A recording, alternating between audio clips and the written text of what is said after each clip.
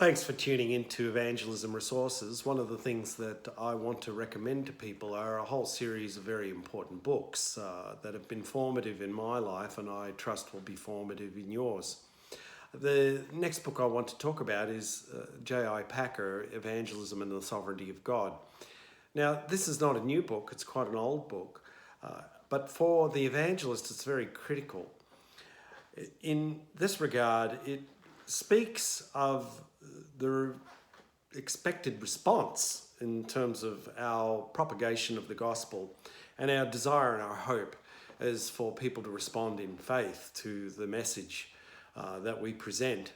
And in fact, in my own experience over many decades now, it's a marvel in some senses to consider the different responses to what for me has been effectively the same message, but there's been such different responses, and why that has happened.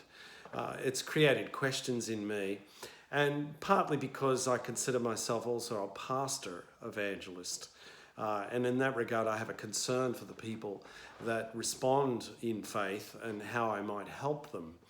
But actually there's a factor beyond my own efforts of either propagating the gospel or providing pastoral care and immediate follow-up or discipleship for people that respond to the Christian message.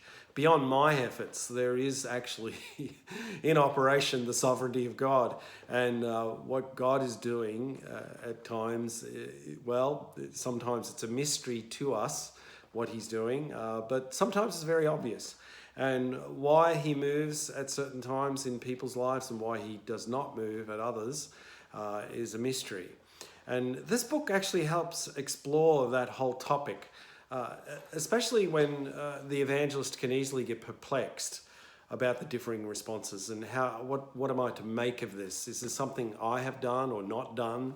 Is there something I have said or not said that has affected this whole issue?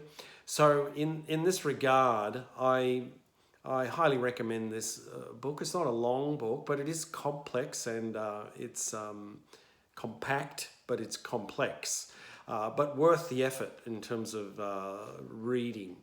And I have found it helpful in my musings to be able to reconcile issues in regards to people's responses and what's going on, at least in the heavenly places, and as well as here on earth when I'm working to pastor people, or is it evangelize them? You know, when there seems to be a questionable response to the gospel, perhaps they don't believe. Do I need to practice more evangelism?